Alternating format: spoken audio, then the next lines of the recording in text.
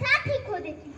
और आधुनिक समाज की बात की जाए तो बड़े बड़े नेता लोग भी इस नशे की चपेट में हैं।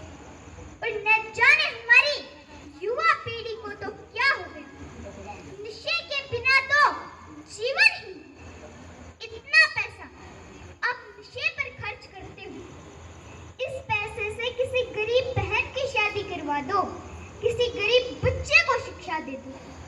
और हर रोज गाड़ियों के एक्सीडेंट, चोरी, डकैती, अपराध, पता नहीं क्या क्या सुनने को मिलते हैं।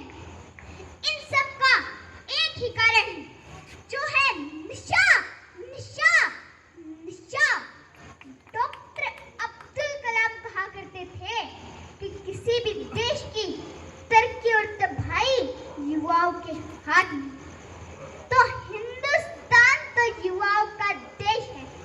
तो आओ मिलकर एक प्रेरणा लेते हैं कि नशा मुक्त हरियाणा, नशा मुक्त भारत, नशा मुक्त समाज बनाया जाए।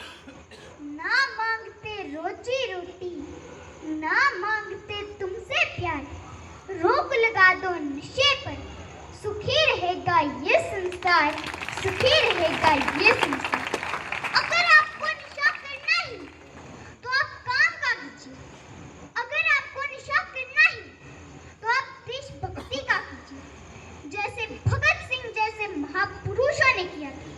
लेकिन ऐसा नशा आप बिल्कुल भी मत कीजिए जिससे आपका परिवार भी नष्ट होगा और आपका समाज भी नष्ट होगा।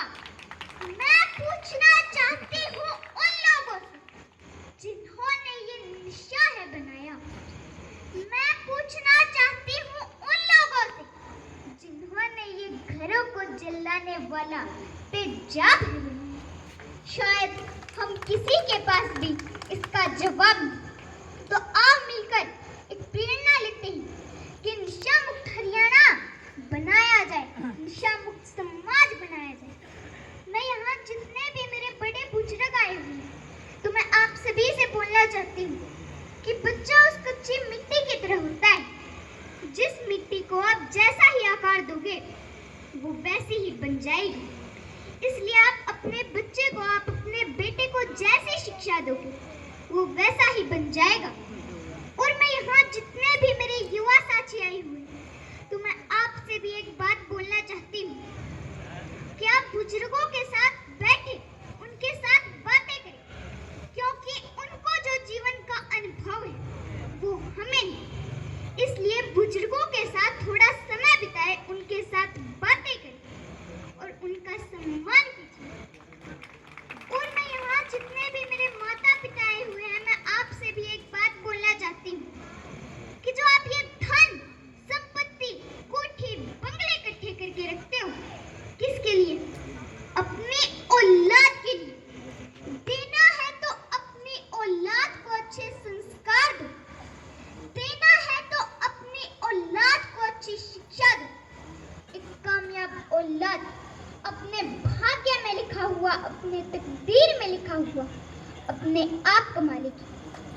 लेकिन अगर आपकी औलाद निकम्मी निकल गई तो यह धन, संपत्ति थोड़े से समय में ही नष्ट कर देगी, नष्ट कर देगी।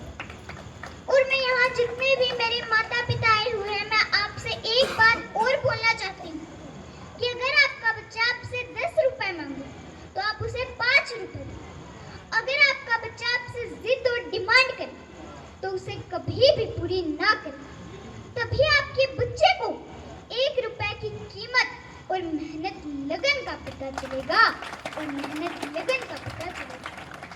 मैं मेरे सभी युवा साथियों से बोलना चाहती हूँ, मेरी बहनों, मेरी मातृशक्ति से बोलना चाहती हूँ कि आप जो मंदिर में जाते हो, पूजा करते हो, व्रत रखते हो, भंडारे करवाते हो, लेकिन असली भगवान तो आपके घर में ही, जिन्होंने तुम्हें ये दुनिया